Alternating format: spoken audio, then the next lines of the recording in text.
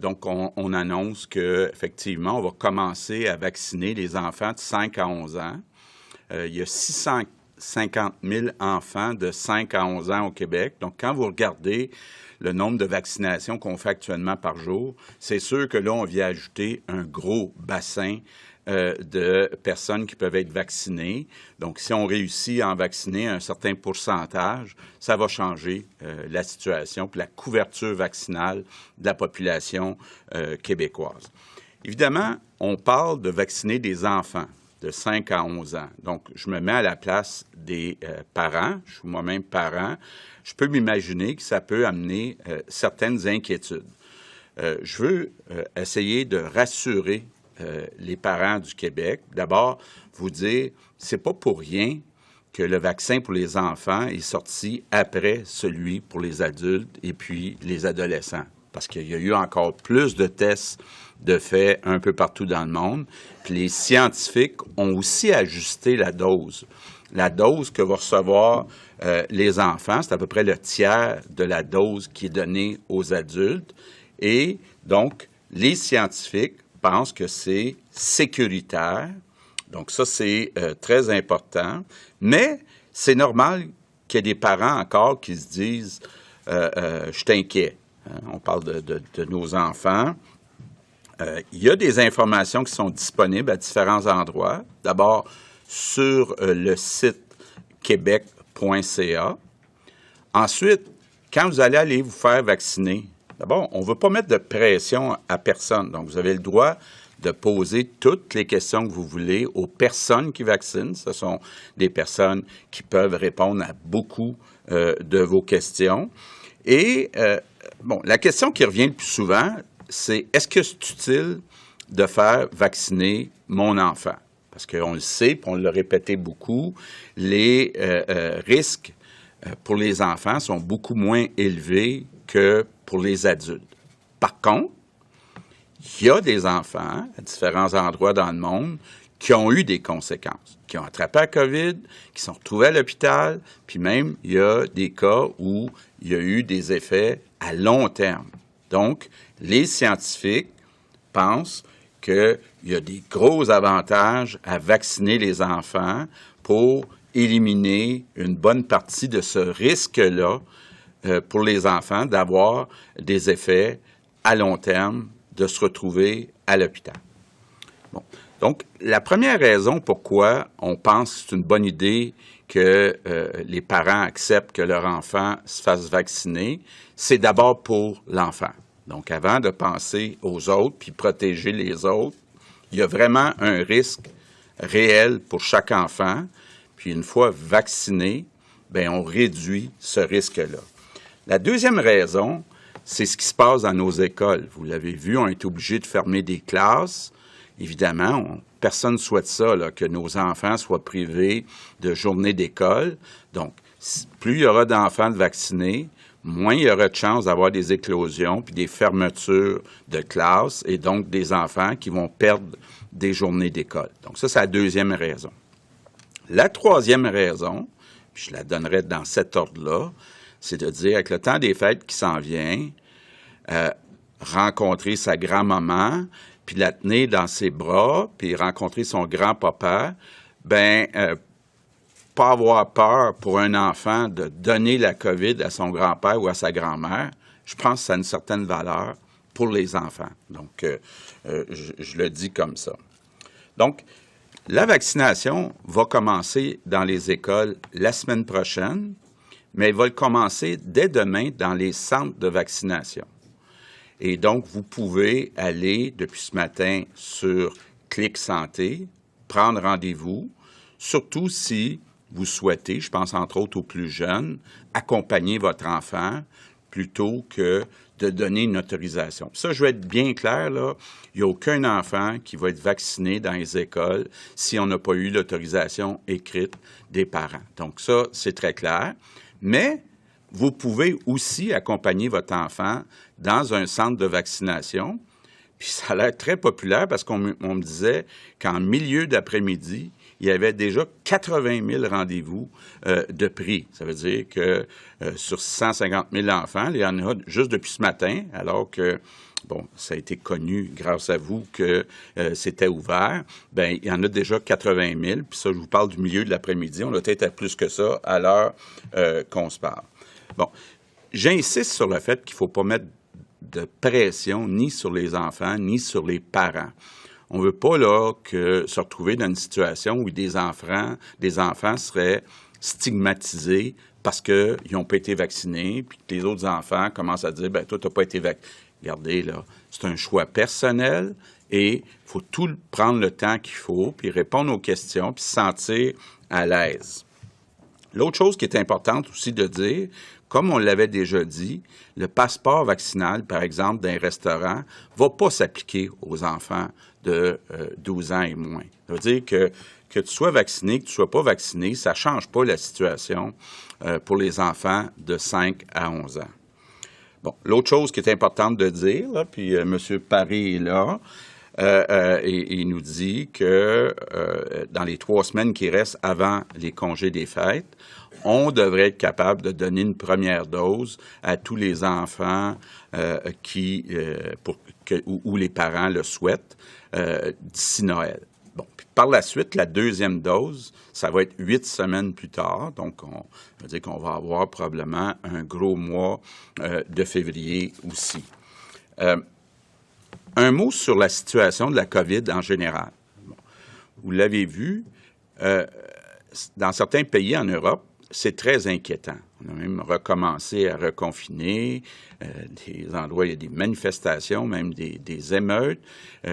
Quand on regarde plus proche de chez nous, aux États-Unis, si je prends juste les hospitalisations par million d'habitants, il y en a 6 fois plus d'hospitalisations que nous au Québec. Donc, oui, il y a une augmentation du nombre de cas au Québec. On s'attend à ce que ça continue. Là. Il y a comme une montée un peu partout dans le monde.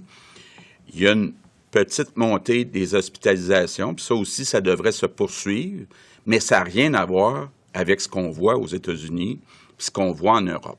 Pourquoi ça va mieux au Québec? 3 raisons. Première raison, on a un meilleur taux de vaccination, puis j'en profite encore pour dire merci à tous les Québécois, les Québécoises qui ont accepté de se faire vacciner. Deuxième raison, on a commencé avant pas mal de monde à appliquer le passeport vaccinal. Donc, ça a aidé au début. Et grâce à nos scientifiques, on a fait le choix, l'hiver passé, de garder une période de 8 semaines entre les 2 doses, alors qu'à beaucoup d'endroits dans le monde, ils ont réduit ça à 4 semaines. Puis là, on s'en rend compte aujourd'hui, c'était une très bonne décision. On a bien fait d'écouter la santé publique parce que le vaccin, il protège plus quand il est donné avec 2 doses, avec 8 semaines d'intervalle plutôt que 4 semaines d'intervalle. Peut-être un mot sur les personnes âgées, personnes vulnérables. Bon, d'abord, on a terminé de donner la 3e dose dans les CHSLD. On est en train de la donner dans les RPA. Et, je le rappelle, pour ceux qui ne l'ont pas entendu, toutes les personnes qui ont 70 ans et plus, qui ont reçu leur 2e dose il y a plus de 6 mois, peuvent s'enregistrer, prendre rendez-vous, puis aller chercher leur 3e dose. La santé publique nous dit que pour les personnes de 70 ans et moins, les 2 doses sont suffisantes. Donc, ce n'est pas nécessaire. La protection est encore bonne. Ce n'est pas nécessaire d'en ajouter. Peut-être une couple de sujets avant de finir. Bon, d'abord, l'urgence sanitaire. J'entends, entre autres, les oppositions nous parler beaucoup de pourquoi on garde l'urgence sanitaire qui permet au gouvernement, entre autres au ministre de la Santé, de poser certains gestes qu'il ne pourrait pas en temps normal poser. Je vous donne des exemples. Obliger les masques dans les classes primaires. En passant, on pense qu'évidemment, si on réussit à vacciner un bon pourcentage des enfants, on va pouvoir l'enlever plus rapidement. Mais actuellement, c'est important de garder le masque. Un autre exemple, le passeport vaccinal, bien, on a besoin du décret sur l'urgence sanitaire pour mettre en place puis garder le passeport vaccinal. 3e raison, les primes. On donne des primes au personnel, aux travailleurs, travailleuses du réseau de la santé. On n'aurait pas le droit, si on n'avait pas l'urgence sanitaire, de le faire. Même chose pour l'embauche qu'on fait avec « Je contribue ». Donc, comme vous le voyez, il y a beaucoup de raisons, là, puis ça ne nous fait pas plaisir. Là. Moi, le premier, j'ai hâte d'arrêter l'urgence sanitaire, puis on pense, puis on est pas mal convaincu qu'une fois que les enfants vont avoir leurs 2 doses, ça veut dire quelque part fin février, début mars, on va pouvoir l'enlever, l'urgence sanitaire, mais actuellement, on a besoin pour garder en place certaines consignes. Bon. La question que j'ai le plus entendue dans les dernières semaines, qu'est-ce qui arrive pour le temps des fêtes? Et je pose la question, puis Christian aussi, au docteur Houda, je pense à tous les jours. Mais compte tenu de la hausse qu'on voit des cas, je comprends, on ne veut pas faire comme l'année passée et puis être obligé de reculer. Donc, on va se donner encore un petit peu de temps pour voir aller la situation. On est confiant qu'on devrait être capable d'élargir le nombre de personnes dans les maisons, mais je veux dire à tous ceux qui nous écoutent, s'il vous plaît, d'ici Noël, est-ce qu'on peut respecter les consignes? Donc, quand on dit c'est 10 maximum dans les maisons, bien, c'est sûr que si on ne respecte pas les consignes de base d'ici Noël, on ne s'aide pas pour que, dans le temps des fêtes, on puisse assouplir ces mesures-là. Donc, je conclus en disant que même s'il y a une augmentation des cas de COVID au Québec, quand on se compare, on se console. Puis c'est grâce aux Québécois. On a eu un bon succès ensemble sur la vaccination. On a aussi bien respecté les consignes depuis le début. Donc, les Québécois ont montré qu'ils étaient capables de serrer les coudes. Et c'est grâce à ça si aujourd'hui, bien, la situation est meilleure dans cette 4e vague au Québec que, par exemple, aux États-Unis ou en Europe. Donc, j'en profite pour terminer en disant un grand merci du fond du cœur à tous les Québécois, Québécoises. Few words in English. Good afternoon, everyone. We're announcing the vaccination of children between 5 and 11 years old. Scientists have made sure that the vaccine is very safe for children. They'll receive a pediatric dose specially made for them.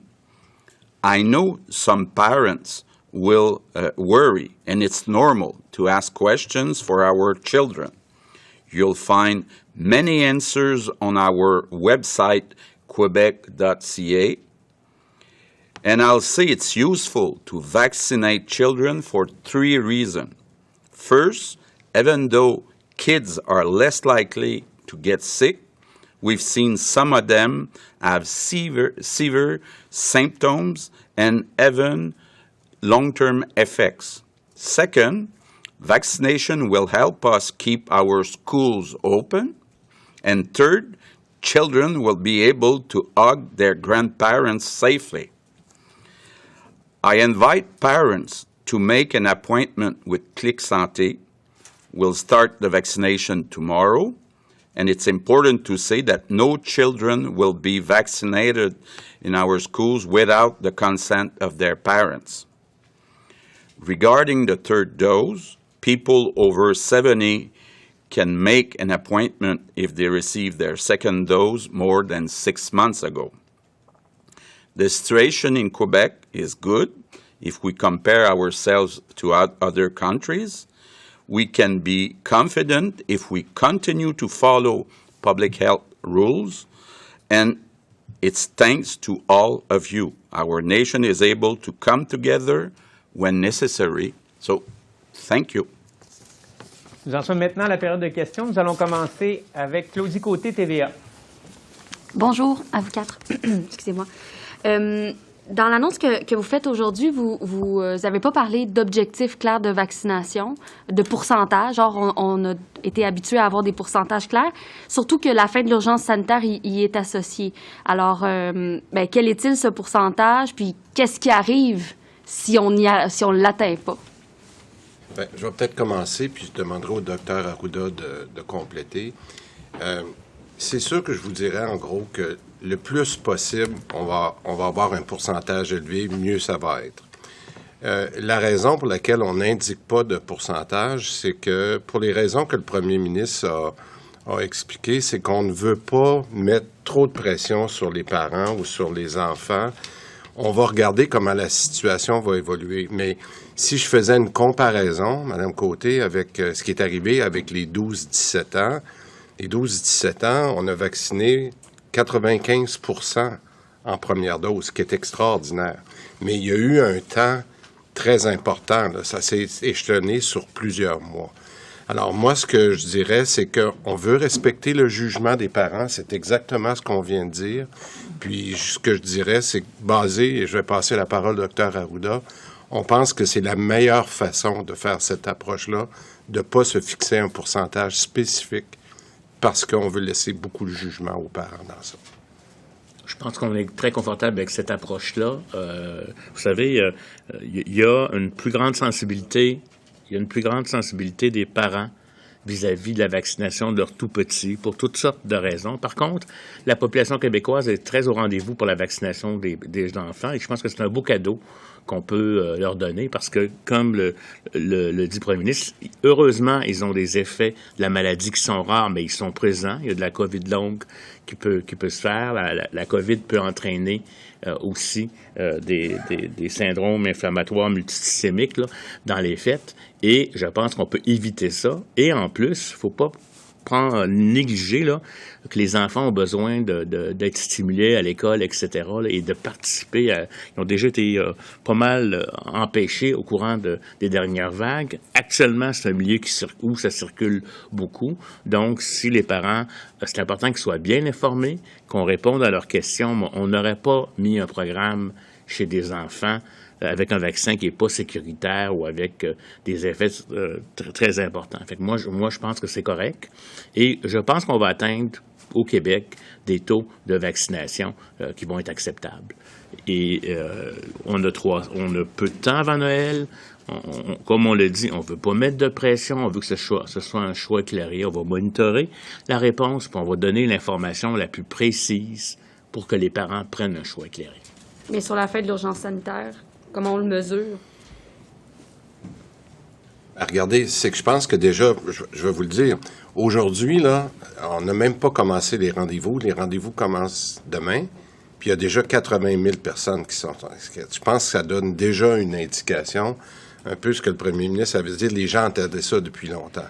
Mais aujourd'hui, là, étant donné la situation qu'on connaît de se fixer un pourcentage, je pense qu'on ne se rendrait pas service. Alors, on va regarder comment les choses vont aller, mais je vous donne juste l'exemple des 12-17 ans. Souvenez-vous, là, on se demandait si on allait être capable de les convaincre. Il y en a 95 % qui sont venus. Alors, je pense que on peut être optimiste que ça va bien aller du côté des 5 à 11 ans. Olivier Bossé, Le Soleil. Bonjour, messieurs. Pour le plan du temps des fêtes, M. Legault en a parlé beaucoup, mais M. Arruda, est-ce que ce qui se passe en Europe et aux États-Unis influence votre décision au sens où on a vu pendant un an et demi que souvent, pas toujours, mais souvent on avait les mêmes conséquences 3 ou 4 semaines, ce qui nous amène plus tard, ce qui nous amène exactement à Noël?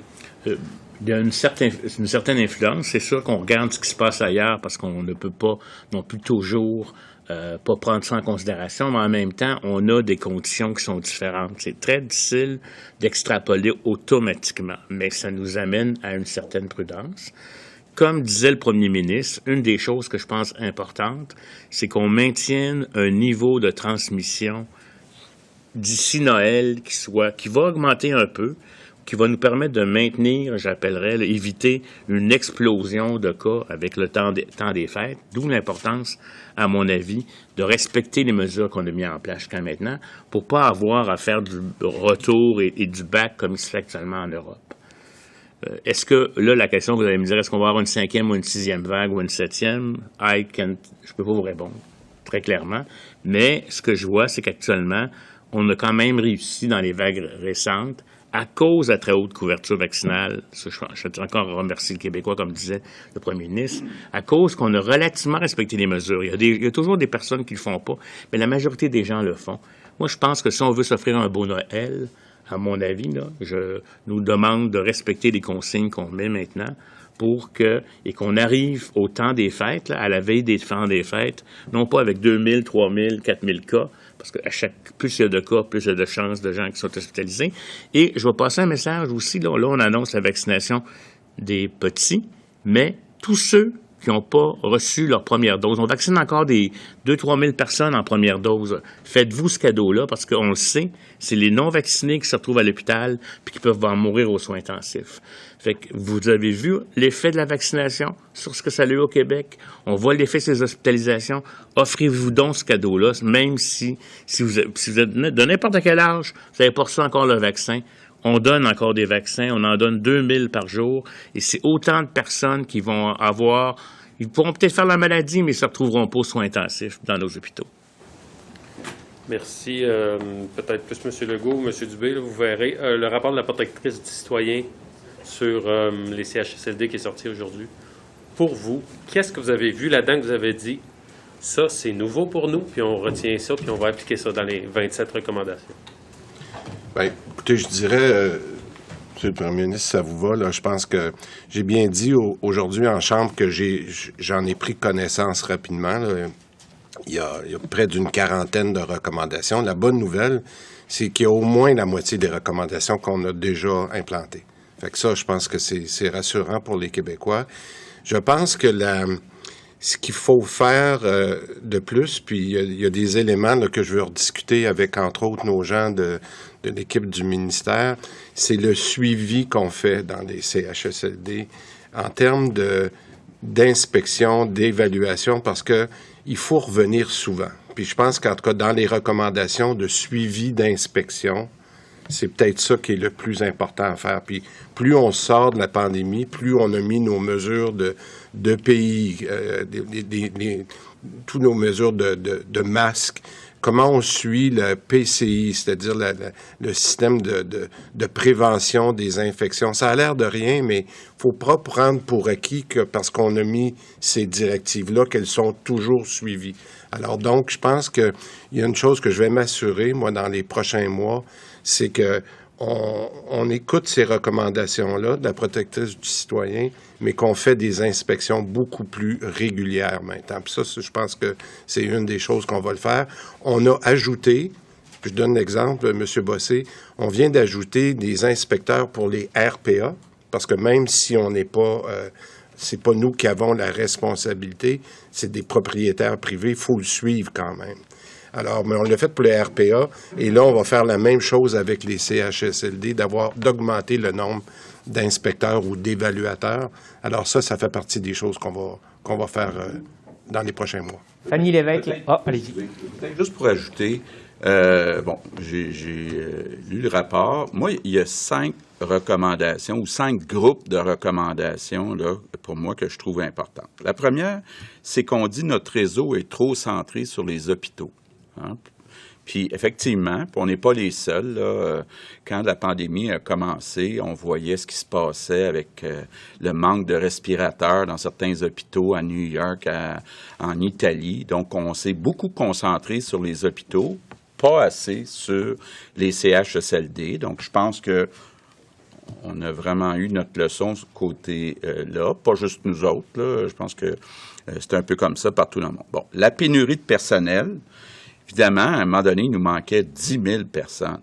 Puis je pense qu'on a réagi rapidement en mettant en place une formation en quelques mois pour combler ces postes-là. Mais pendant ces quelques mois-là, il nous manquait beaucoup d'employés. Donc ça, je pense que c'est en voie d'être réglé. L'autre chose que Christian a réglé, c'est d'avoir un patron dans chaque établissement. Il avait été décidé que ça pouvait être possible d'avoir un ou une patronne pour plusieurs établissements. C'était pas une bonne idée, là. C'était comme ça depuis longtemps. Christian a changé ça. L'autre chose, ça concerne le matériel de protection.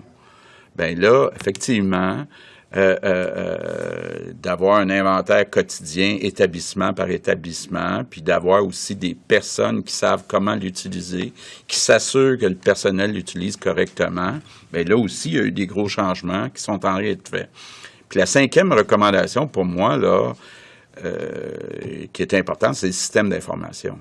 Tu sais, on l'a dit, là, puis moi, j'en ai souffert pendant les premiers mois. Ça n'avait pas de bon sens de ne pas être capable d'avoir plus de données que ça. Là. On a un système d'information qui est archaïque, puis on a la meilleure personne pour travailler là-dessus avec Christian, mais il y a encore, c'est pas tout réglé là, actuellement. On ne change pas ça du jour au lendemain, un système d'information. Fait que ces 5 recommandations-là, ou groupes de recommandations-là, pour moi, sont les plus importantes et il faut continuer d'y travailler. Fanny Lévesque, La Presse Plus. Oui, bonjour à vous trois. Je voudrais continuer là-dessus. De façon plus précise, il y a quand même une conclusion qui se dégage de son rapport, là. Entre autres, le fait qu'elle dit, bon, les faits ne mentent pas. Dans aucun scénario, là, la planification des CHSLD, dans la préparation de la pandémie, ont été pris en compte avant la mi-mars. Or, vous le savez que devant la coroner Kamel, Mme McCann, Mme Rosebush et même M. Arruda ont dit qu'ils avaient envoyé la directive ou qu'ils avaient avisé les PDG de préparer les CHSLD dès la mi-janvier. Donc, est-ce qu'aujourd'hui, vous maintenez cette version-là de membres de vos gouvernements qui étaient là? Et quand est-ce que la directive a été donnée? Est-ce qu'elle est en janvier ou en mi-mars? Bon. Daniel McCann a envoyé une note à toutes les personnes responsables de la sécurité civile, c'est comme ça qu'on appelle ça, dans chaque établissement, de se préparer, de faire le point à chaque jour. Donc, tous les établissements, ça inclut les CHSLD. Mais en même temps, là, je veux revenir sur le fond. Je pense pas que ni nous, ni New York, ni les pays en Europe ont vu que le problème serait dans les espaces de soins de longue durée. OK? Nous, on appelle ça des CHSLD, là, mais de dire que dans ces établissements-là de soins de longue durée, c'est là qu'il y avait beaucoup de personnes vulnérables. C'est là que ça a frappé plus fort que les hôpitaux où on se disait toute la population va se ramasser dans les hôpitaux, puis il va nous manquer de ventilateurs, puis on va avoir des urgences qui vont déborder. Ça, là, je pense qu'on a tous été surpris. Pas juste au Québec, là, dans les autres provinces, aux États-Unis, en Europe. Tout le monde a été surpris du fait que le plus gros problème n'est pas venu des urgences dans les hôpitaux, mais est venu des ce qu'on appelle chez nous les CHSLD, ce que tout le monde appelle dans le monde là, les soins de longue durée. Et qu'est-ce qui explique, à votre avis, cette disparité-là entre le discours de la protectrice et le discours qu'on a entendu par rapport au fil des événements? Là, Bien, écoutez, moi, je me rappelle très bien, le janvier, février, on nous disait, puis il y a un virus qui circule de plus en plus, mais de penser que ça frapperait comme ça, puis qu'en plus, ça frapperait beaucoup dans les CHSLD, pas au courant de ça. Effectivement, je pense que le monde entier s'est un peu réveillé au mois de mars, en tout cas en Amérique du Nord, en se disant « Wow, là, c'est plus gros qu'on pensait, puis là, ben, on a tout fait ce qu'on était capable pour agir. » Mais de penser, là, c'est facile de jouer au gérant d'estrade après, puis de dire « Ah, ben comment ça se fait, en janvier, vous aviez vu là, qu'il y en avait en Chine des virus. » Oui, mais de penser que ça aurait un impact comme ça dans notre réseau, puis en particulier dans nos CHSLD, en tout cas, moi, il n'y a personne qui m'a dit ça. Puis on a commencé à réaliser ça en mars, en avril. Louis Lacroix, Cogeco. Bonjour, Monsieur le Premier ministre, Monsieur Dubé, Monsieur Arruda. Sur ce point-là, Monsieur Legault, dans son rapport, la protectrice diverge d'opinion de ce que vous dites, parce qu'elle dit, pendant que tout le monde regardait en Italie pour savoir ce qui se passait là-bas, parce qu'on voyait les images fortes de gens qui n'avaient pas de place dans les hôpitaux, effectivement, puis même des manques de ventilateurs, etc. Elle dit, pendant ce temps-là, dans l'État de Washington et également en Colombie-Britannique, il y avait des flambées de COVID-19 qui faisaient des ravages dans les lieux de vie des personnes aînées. Ce n'est pas des CHSLD là-bas, là. Mais donc, elle vous contredit là-dessus en disant Il y avait, dans l'État de Washington, en Colombie-Britannique, c'est textuel dans son rapport, des éclosions dans les... Et on a préféré se contenter de regarder de ce qui se passait dans les hôpitaux. Non, mais écoutez, là, je vous l'ai déjà compté. Là, moi, le soir, jusqu'à tard, durant la nuit, j'écoutais CNN, là, puis je regardais sur Internet à peu près tout ce qui se passait dans le monde entier. Puis on nous parlait beaucoup du manque de ventilateurs, du tri qu'on était obligé de faire des patients dans les urgences des hôpitaux. Moi, en tout cas, si quelqu'un l'a vu, là, moi, j'ai commencé à le voir au mois de mars, là, qu'il y avait un gros problème dans les CHSLD. Avant ça, ce qu'on entendait parler, puis c'est pas juste en Italie, c'était beaucoup les hôpitaux et les urgences qui débordaient. Puis on se parlait entre les premiers ministres des provinces pour dire, on est capable de fabriquer des ventilateurs? Vous en avez combien? On était chanceux au Québec, on en avait plus, toute proportion gardée, que dans les autres provinces. Mais le sujet, le talk of the town, là, c'était vraiment les ventilateurs là, dans les urgences. Dans son rapport, la protectrice, Mme Rinfret, dit notamment que, et je vais la citer, là, c'est le paragraphe 178 de son rapport, elle dit que les résidents et les résidentes des CHSLD ont été mis de côté parce qu'on voulait trop s'occuper des hôpitaux. Elle le dit elle-même, là, qu'ils ont été mis de côté. C'est pas inventé, là, c'est dans son texte. D'abord, reconnaissez-vous qu'on a été négligent à l'égard des personnes qui vivaient dans les CHSLD? Bien, écoutez, pendant des jours, je dirais même des semaines, à tous les matins, je demandais combien il nous manque d'employés. D'ailleurs, quand on parle des fameuses grilles d'évaluation pour les inspections, là, la première chose que j'ai demandé, moi, c'est, vous allez me dire, pour chaque CHSLD, combien il nous manque d'employés, puis est-ce qu'il manque de pays, là, d'équipements de protection individuelle. Donc, c'était ça l'objectif des visites, c'était surtout de dire, parce que t'as peur de me dire, on disait, il en manque beaucoup d'employés, puis là, il y avait des employés qui avaient peur d'attraper la COVID ou qui l'avaient attrapé, puis qui se retiraient, puis là, on s'est retrouvés avec 10 000 employés qui nous manquaient après quelques semaines. Est-ce que quelqu'un avait pensé à ça en janvier ou février, qu'il nous manquerait 10 000 employés d'un CHSLD? En tout cas, si quelqu'un y a pensé, il ne me l'a pas dit. Vous rejetez cet argument-là? Ça dépend comment on l'interprète, là. Tu sais, c'est de dire, est-ce qu'on aurait dû, en janvier, penser qu'il va nous manquer d'employés dans les CHSLD rendus au mois de mars-avril? Ben, en tout cas, ça aurait été le fun. Oui, on aurait aimé ça, y penser. Est-ce qu'on aurait pu déduire que le problème va plus être dans les CHSLD que dans les urgences des hôpitaux?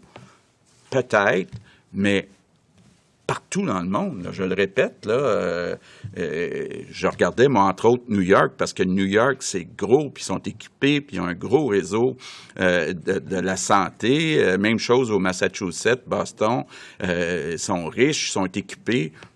Tout le monde a fait la même erreur de se concentrer trop sur les hôpitaux, les urgences des hôpitaux, puis pas assez sur les services qui sont donnés dans les maisons de soins de longue durée. Ex-Boissonneau, Radio-Canada. Bon, messieurs, il y a des gens qui disent, à propos de la conférence de presse qui se tient ce soir, que, étant donné qu'on a un rapport qui est difficile, celui de Mme Rinfret, il a été présenté il y a à peine quelques heures, que vous tentez de faire diversion aujourd'hui avec l'annonce. Qu'est-ce que vous répondez à ces gens-là? Puis aux gens qui disent aussi que peut-être comme marque de respect aux milliers de Québécois qui sont morts dans les CHSLD, on aurait dû laisser toute la place au rapport. Bien, écoutez, d'abord, là, ça se poursuit, la pandémie. Puis actuellement, là, on vient d'avoir le OK pour vacciner les enfants de 5 à 11 ans. Puis je sais qu'il y a des parents qui sont inquiets. Donc, je réponds à vos questions sur le rapport de la coroner, comme je vais le faire sur les autres rapports qui vont sortir. Mais je pense que c'est important. Il y a un bassin de 650 000 personnes, des enfants, qui peuvent être vaccinés, qui peuvent changer la phase de la pandémie au Québec. Donc, on peut parler de ça, puis répondre à vos questions concernant le rapport du coroner, là. Puis, Écoutez, moi là, de me faire dire qu'on manque de respect, là, alors que j'ai été ici jour après jour après jour, 7 jours sur 7, puis que j'offrais mes condoléances à tout le monde, puis c'était un des moments les plus durs de ma vie, puis de dire qu'aujourd'hui, je manque de respect parce que je viens expliquer aux parents que c'est une bonne idée de vacciner les enfants. Écoutez, là, on va laisser ça à l'opposition. Toujours sur le rapport de la protectrice du citoyen, est-ce que vous pensez, compte tenu de ce qu'on a lu, compte tenu du fait qu'il y a un rapport qu'on attend aussi de la commissaire à la santé et au bien-être, est-ce que vous avez l'impression qu'à partir de maintenant, tout a été dit sur ce qui s'est passé, puis qu'on est prêt à tourner la page? Il y a des gens qui demandent une enquête publique. Est-ce que vous croyez que lorsqu'on aura le rapport de la commissaire, on aura fait le point? J'ai cru comprendre que même la coroner disait, la dernière affaire qu'on a besoin, là, c'est une autre enquête, là. On est vraiment à l'étape de régler les problèmes, puis c'est ce qu'on est en train de faire. Puis moi, je pense que ce qui est le plus important, là, c'est pas de faire une 12e enquête, là. La commissaire à la santé est en train d'en faire une complète avec tous les pouvoirs d'une commission d'enquête publique. Mais là, il est temps qu'on s'assure qu'il y a assez de personnel, qu'il y a assez de responsables des équipements, qu'il y a des systèmes d'information qui marchent. C'est là qu'on est rendu. Puis laissons Mme Castonguay poursuivre son travail. Marc-André Gagnon, Journal de Québec. Bonsoir. C'est à partir de quel moment, donc, que vous avez envoyé une directive dans les CHSLD que vous avez appelé Mme Blais, la ministre responsable des aînés, puis vous avez dit, là, il est peut-être temps d'envoyer une directive pour que les CHSLD se préparent à ce qui s'en vient, en voyant ce qui se passait? Bien, écoutez, comme je vous dis, on s'est rendu compte à un moment donné qu'il y avait beaucoup de cas de COVID dans les CHSLD, qu'il manquait beaucoup d'employés, mais on n'avait pas assez de données. Donc, c'est là que je me suis un petit peu énervé pour dire, bien là, on va envoyer des inspecteurs partout, puis vous allez me dire combien il manque d'employés dans chaque établissement, puis quels sont les établissements qui n'ont pas d'équipement, puis etc., etc. Puis on a fait des grilles d'évaluation, puis je pense qu'ils en ont fait 11 000 inspections, là. Mais on n'avait pas de système d'information. Ça, c'est incroyable, là. Il y a eu, comme pendant des dizaines d'années, des sous-investissements dans les systèmes d'information. On est à l'âge de pierre en santé dans les systèmes d'information. Dans la question, la directive, donc, c'était quand? Bien, écoutez, la directive, c'est qu'on s'en occupait un par un, les CHSLD, là. Bon, alors... Les CHSLD se rapportent au PDG de CIS et de CIUS.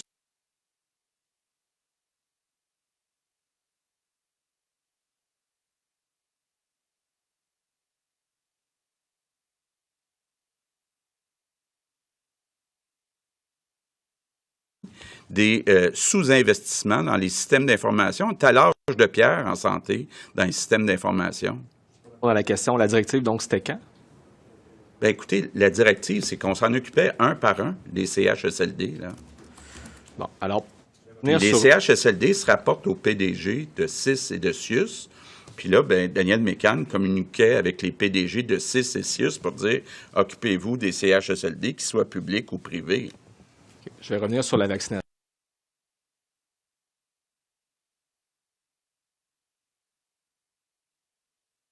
Ce qu'on sait, c'est que les taux de vaccination vont être moins élevés chez les 5-11 ans. Pourquoi? Parce qu'on a une situation où il y a des parents, avec raison, qui sont inquiets. Donc, les taux de vaccination ne seront pas aussi élevés. Mais même si on avait un pourcentage plus bas, bien, faites votre calcul. N'importe quel pourcentage de 650 000, on dit qu'il y en a déjà 80 000 d'inscrits. Bien, ça va aider la situation beaucoup. Peut-être, Daniel, juste nous dire un peu comment tu vois ça, là, l'école versus ce qu'on va faire directement dans les centres de vaccination. Je pense que ça aiderait à comprendre comment c'est réaliste quand même de faire le chiffre de 650 000.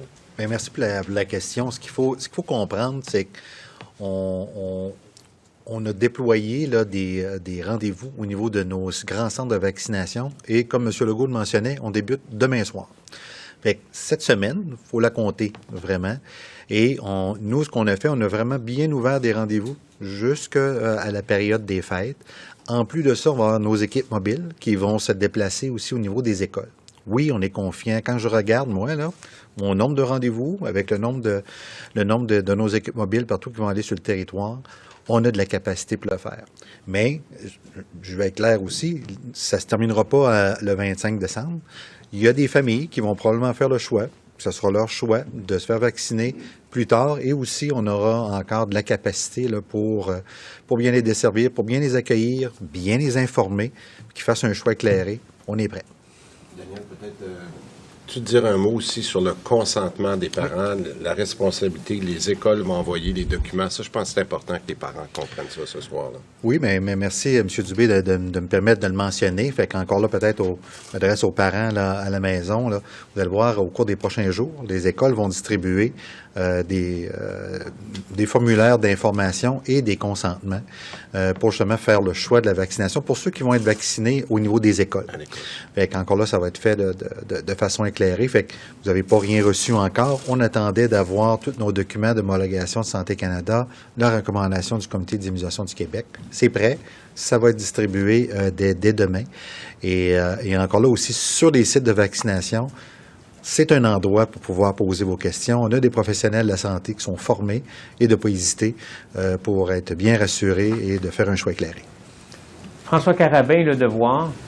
Bonjour, messieurs. Monsieur Legault, je vais vous ramener sur le rapport de la protectrice le temps d'une question. Vous avez parlé du rôle des hôpitaux dans tout ce dossier-là des CHSLD, plus particulièrement des transferts. La protectrice du citoyen pointe du doigt ces transferts-là qui ont été faits des hôpitaux vers les CHSLD en mars 2020. La semaine dernière, devant la coroner, Mme McCann avait affirmé qu'il y avait en bas de 1000 transferts qui avaient été effectués durant ce mois-là et que c'était un chiffre de transfert qui n'était pas particulièrement significatif. Or, aujourd'hui, Mme Rinfret, la protectrice du citoyen, dit qu'il y a eu 1700 transferts en mars 2020 et que c'est un chiffre qui est significatif. Donc, comment vous expliquez cette contradiction entre la protectrice et Mme McCann? Je ne suis pas au courant, là, est-ce que c'est 1000 ou 1700? Je sais qu'il y a eu des transferts à la suggestion des responsables, là, sous-ministres adjoints à la santé, qui avaient peur que ça déborde dans les urgences.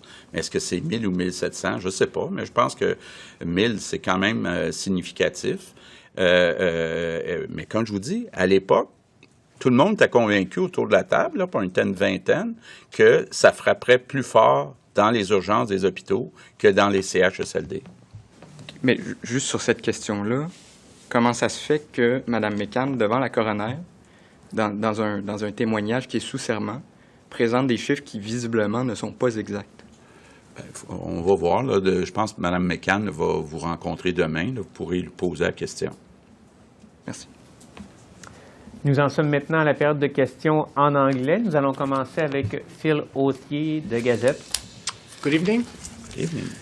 Premier, with the ombudsperson's report that came out today, which levels a fair level of blame at the government, in all of the time that you were working on the pandemic, did you think that it would come to this, that it would be so negative on your handling of the pandemic? I think that with the information I had, I did the best I was able to do at the time. So it's tough to take decision when you don't have all the information. And the information I had at the time was that we would have problem in our ER, in our hospitals, not in our long-term care facilities. That's the first point. The second point is, of course, at the beginning, we didn't know that we would miss 10,000 employees in our long-term care facilities. So it's easy Monday morning to say, okay, you must have done things differently. But I think that with the information we had, we did the best that we were able to do. And one question on the vaccination, Mr. Dubé. You've mentioned that 80,000 people have already signed up. Someone at our office was trying to get an appointment for their child, and the next available date is December 7th. So did you anticipate such a a huge outpouring of interest, and can the system handle it? Can Click Santé handle this? It sure can, but Danielle, I'll let you answer that one. We all have short memories. I remember during spring, we were able to, Click Santé was able to absorb more than 200,000 per day. So 80,000 for the moment, and I'm sure that number will increase probably significantly even tonight.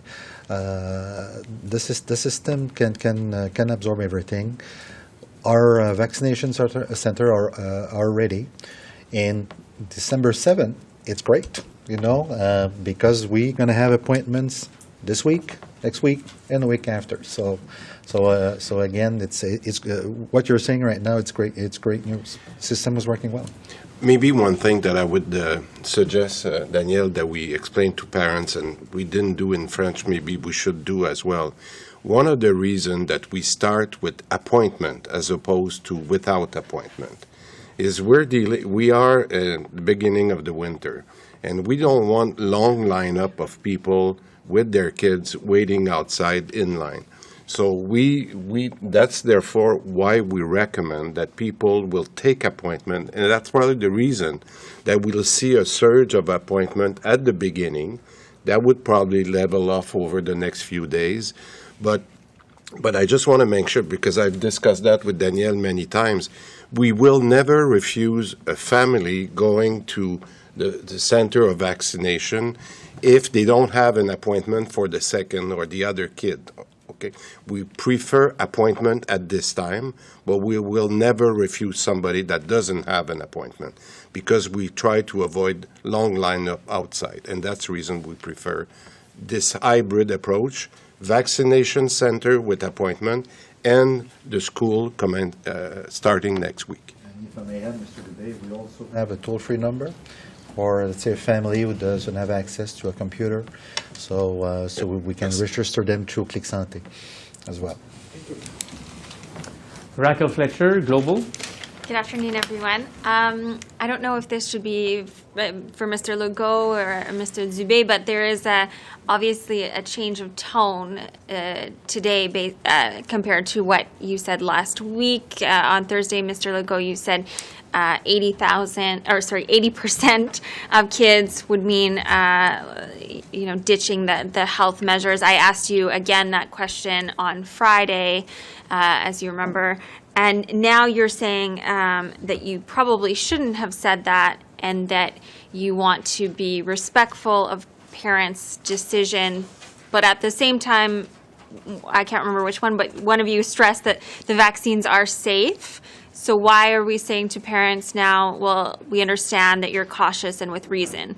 Are they cautious with reason? Are the vaccines safe? Do we want to get 80%? Okay. First, what I said last week was true. If we get 80%, we'll probably be able to remove most of the measures after, all right? So it's still true. But I know I have to be careful not to set that as a target, because we want to respect the choice of the parents. We don't want to put pressure. So we don't want to identify some people who did refuse to have their children vaccinated and that they be pointed. We really want to do that smooth. We see that only today we're at 80,000, so it will be important, of course, to get 80,000 more people vaccinated in Quebec. And I don't think we need 80% to remove most of the measures at the beginning of 2022. But what is this level? It's not easy to get a clear answer, but we don't need a figure that is as high as 80%. Okay, it's a little bit hard to follow, but you're saying that the target can even be less than 80%. Is that? Yeah. Okay. I also have a question about some confusion with the intervals between the shots. Health Canada is saying 2 weeks or 3 weeks. You guys are saying 8 weeks.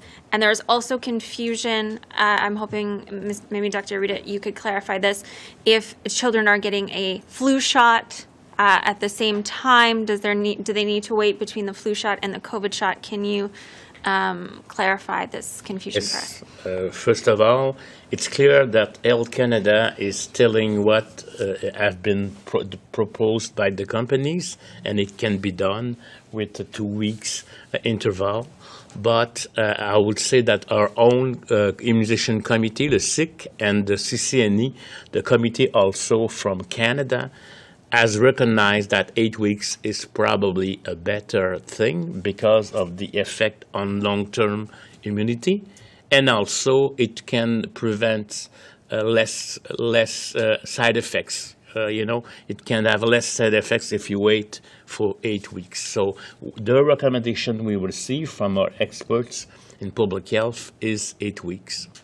Now, for the situation of flu shots, it can